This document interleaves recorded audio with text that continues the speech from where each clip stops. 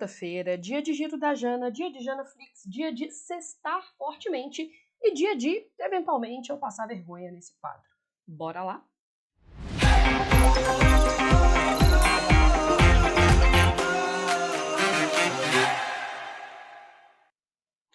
Olá, meus queridos, sextamos novamente juntos e eu tô aqui mais uma vez pra gente conversar sobre os acontecimentos, as polêmicas, as tretas e as atualidades da semana. Sem mais delongas, vamos pro primeiro acontecimento que foi selecionado pela minha equipe. Bora lá?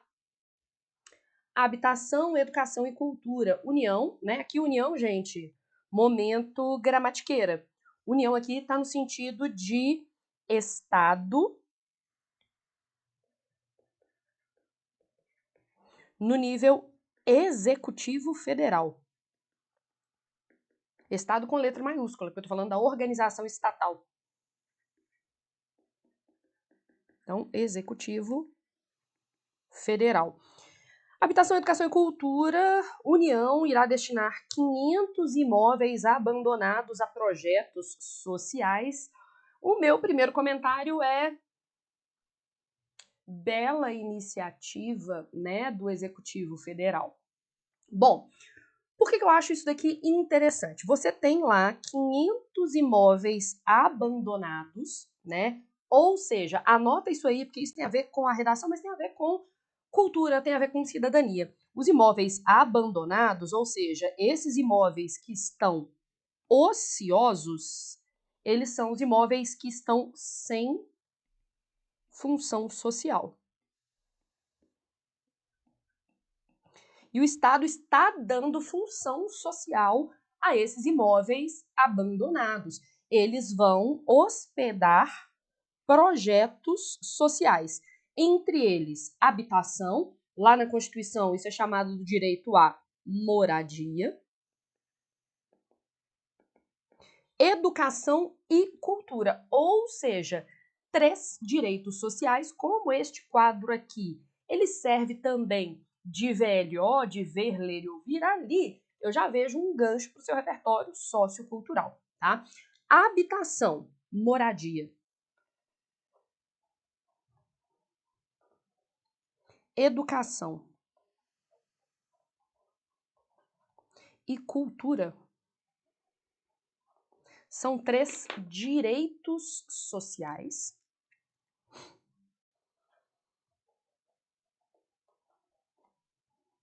previstos na Constituição Federal de 1988, lá no artigo 6º, que é o que traz a lista de direitos sociais. Ou seja, o governo está cumprindo a sua obrigação com os cidadãos quando dá uma finalidade, uma função social para esses imóveis. A maioria dos imóveis mapeados encontra-se em situação precária, o que exigirá esforços de reforma e revitalização. Acho bem interessante, principalmente porque a degradação do espaço urbano é um problema muito importante. Primeiro, há o desperdício de áreas que poderiam ter uma função social, como a gente já falou ali, mas além de tudo, esses imóveis abandonados contribuem para o aumento da criminalidade, aumento de algumas doenças por causa do lixo acumulado que atrai vetores de doenças. E vamos já para o momento ver, ler e ouvir e Janaflix, tá? Eu acho que na hora em que eu vejo esse tipo de discussão geral sobre problemas urbanos,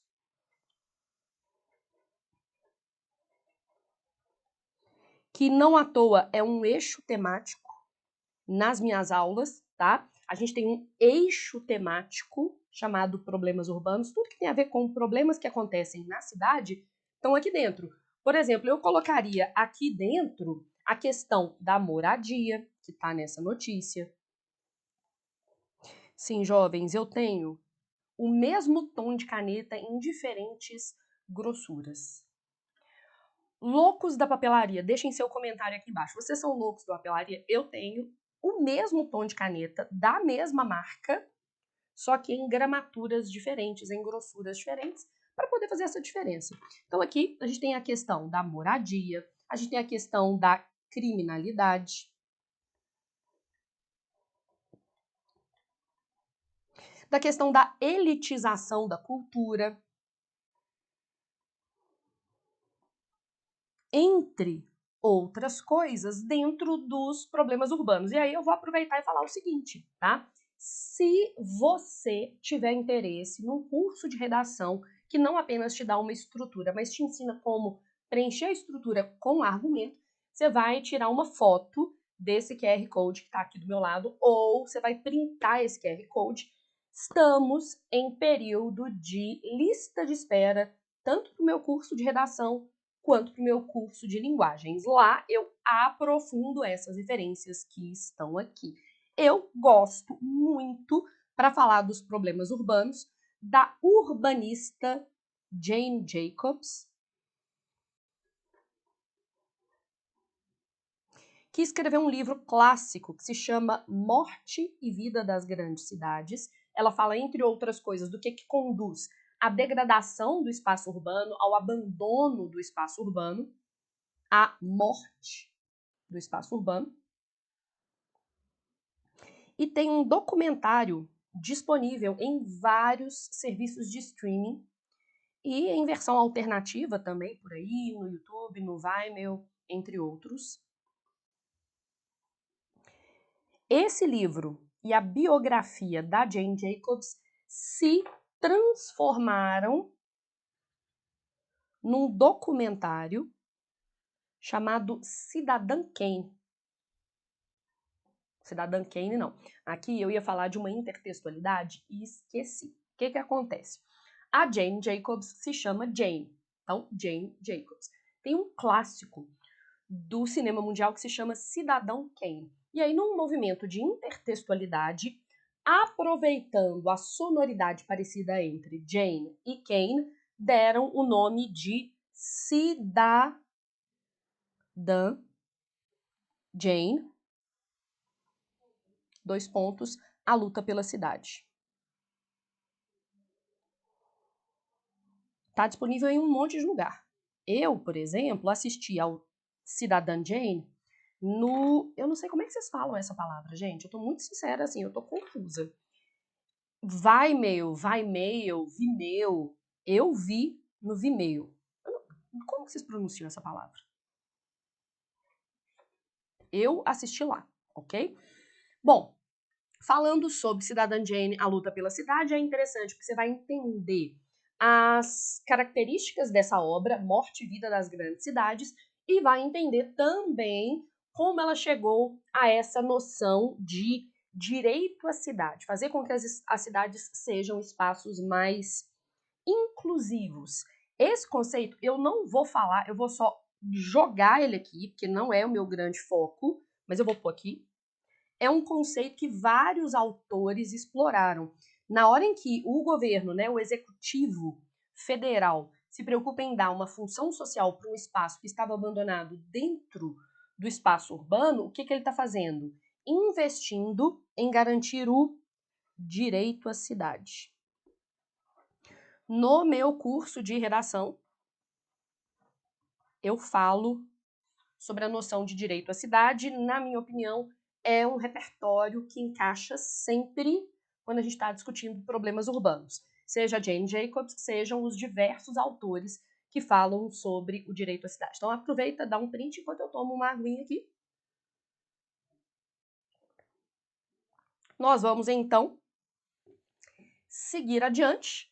Se você quiser entender por que existe entre Cidadão Kane e Cidadã Jane uma relação intertextual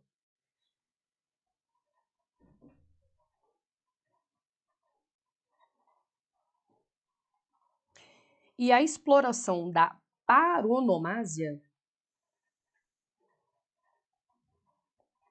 o QR Code está aí na sua tela.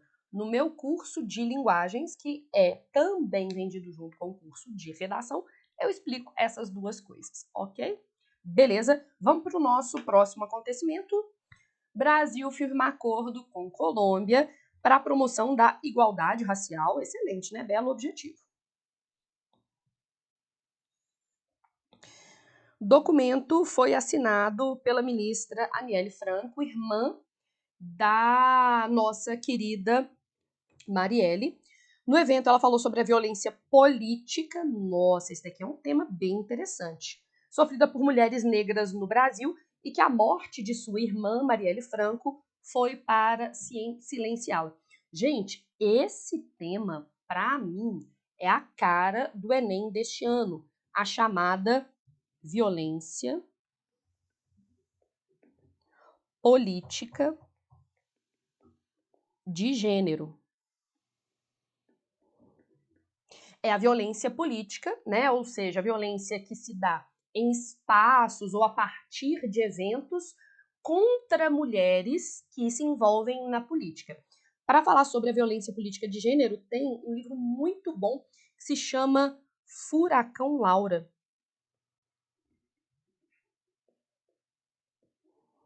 Da Manuela Dávila, em que ela conta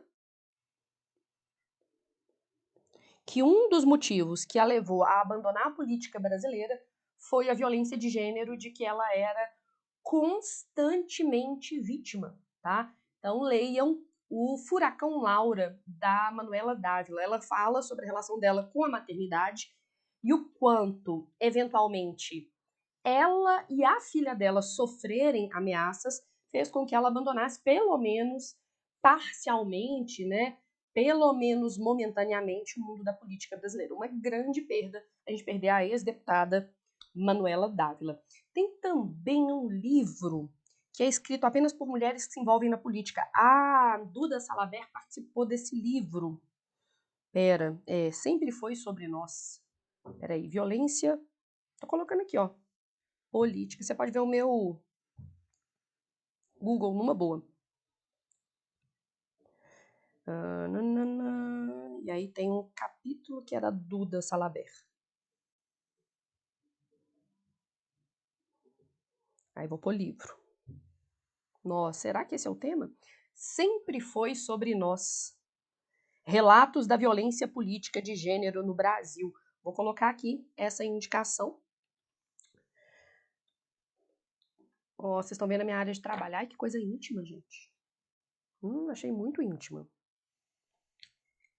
Ó, então, temos também o livro Sempre Foi Sobre Nós.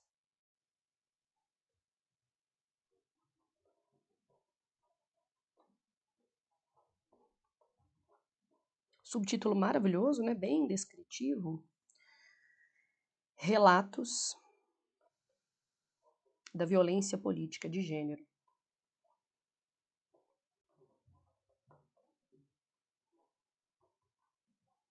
no Brasil.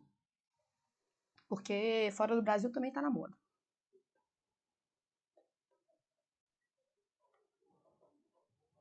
É um texto que traz diversos relatos de várias mulheres cis e trans que se envolvem na política no Brasil. Eu sei de pelo menos um dos capítulos, escrito pela deputada federal Duda Salabert, com a qual eu dei aula, tive o prazer de conviver da aula durante anos e anos e de poder chamar de amiga. Tem um capítulo da Duda. Perfeito. Acho importante, sim, que se fale sobre a violência política de gênero no Brasil, que tem um caso como o da Marielle, né? Bora para o próximo acontecimento. Moraes proíbe remoção forçada de pessoas em situação de rua. Ah, Xandão, né? Ministro do STF também determinou que governo federal, estadual e municipal devem apresentar informações detalhadas sobre números de pessoas e de vagas em abrigos. Excelente proposta de intervenção para um tema como população em situação de rua, hein?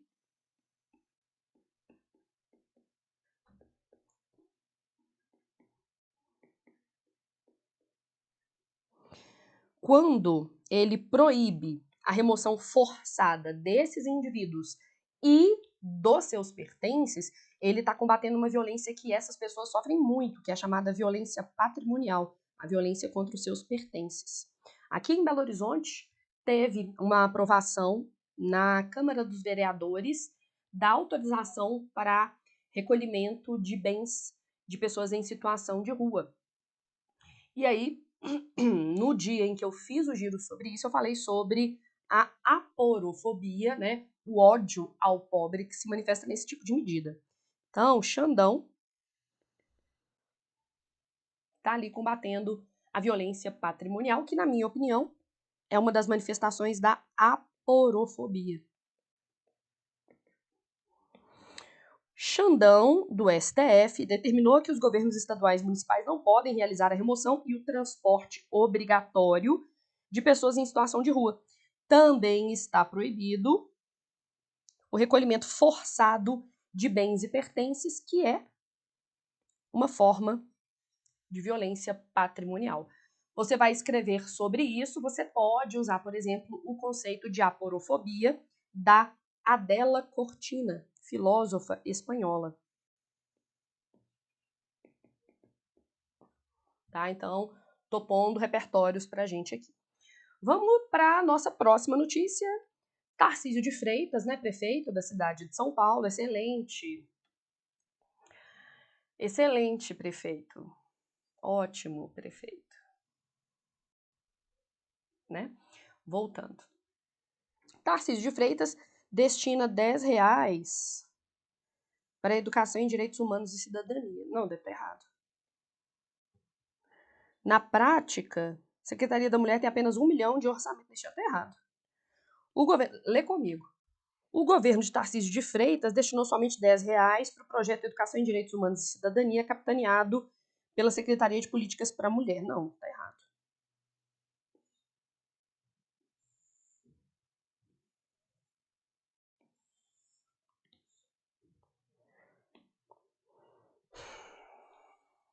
Não pode ser. O meu comentário, se essa cifra estiver correta, é da onde menos se espera, daí é que não sai nada mesmo, né? É o máximo que eu posso comentar. É isso. Próximo. Eu tô chocada. Mas vamos voltar, né? Eu tô chocada.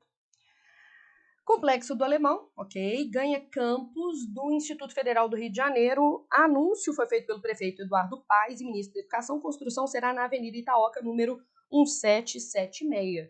Poxa, eu acho uma proposta de intervenção interessante para o acesso à educação em áreas periféricas no Brasil, que poderia ser um tema de redação, né?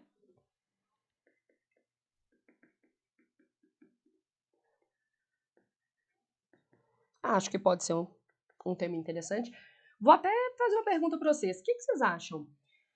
Qual desses 3 temas vocês acham que tem mais chance de aparecer no Enem, tá? Deixa eu ver aqui. Vamos pro próximo, que aí eu faço uma enquete com uns 4 temas, 5 temas.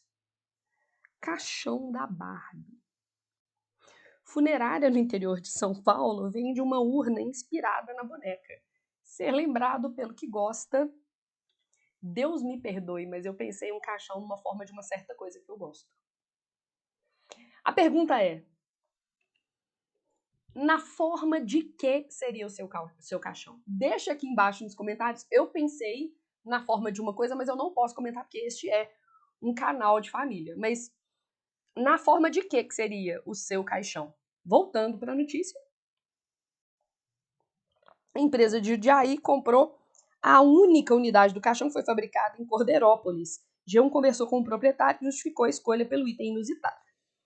Eu acho fofo e mórbido ao mesmo tempo. Porque fica uma coisa meio caixãozinho de criança, que nunca é legal da gente imaginar. Mas assim, Deus me perdoe, né? Deus me perdoe. Deus dá dinheiro, mas não dá bom gosto para as pessoas. Ok, quero fazer uma enquete com os senhores.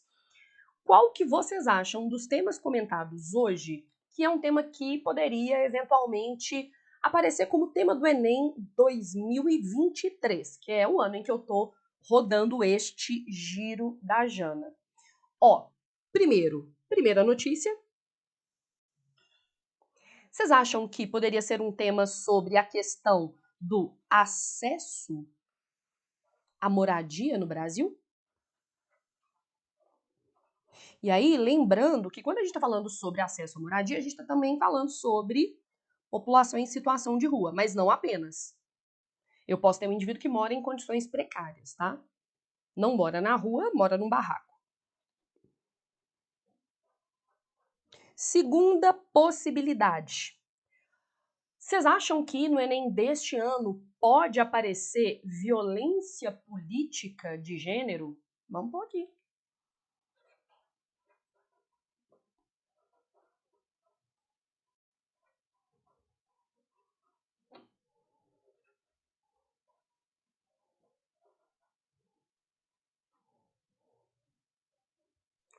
Ou se vocês acham que pode aparecer acesso à educação.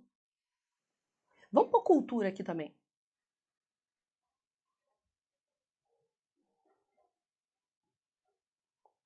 Em áreas periféricas, por causa dessa notícia aqui. O tema que vocês acharem mais provável,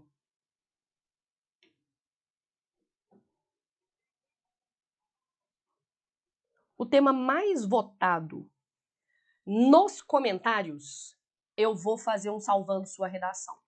Qual vocês acham que é o tema mais provável? Qual tema devo comentar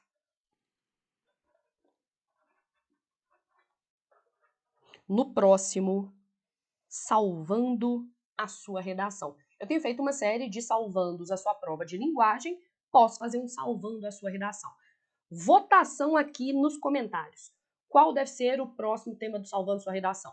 Acesso à moradia, população em situação de rua, violência política de gênero, o acesso à educação e cultura em áreas periféricas. Valendo! Acabou de assistir esse vídeo, você vai aproveitar, você vai deixar o like, você vai deixar o seu comentário. Ó, isso significa que é para eu parar de gravar. Você vai deixar o seu like, você vai deixar o seu comentário, você vai ativar as notificações e me dizer qual é o tema que eu devo comentar no próximo, salvando a sua redação. Queridos, foi um prazer ter estado com os senhores. Sextamos fortemente mais uma vez. Deixa aquele biscoito virtual para mim. A gente se vê na segunda-feira. Temos live especial 100 dias para o Enem na segunda-feira, 31 de julho. Marca aí nos seus compromissos. Beijo.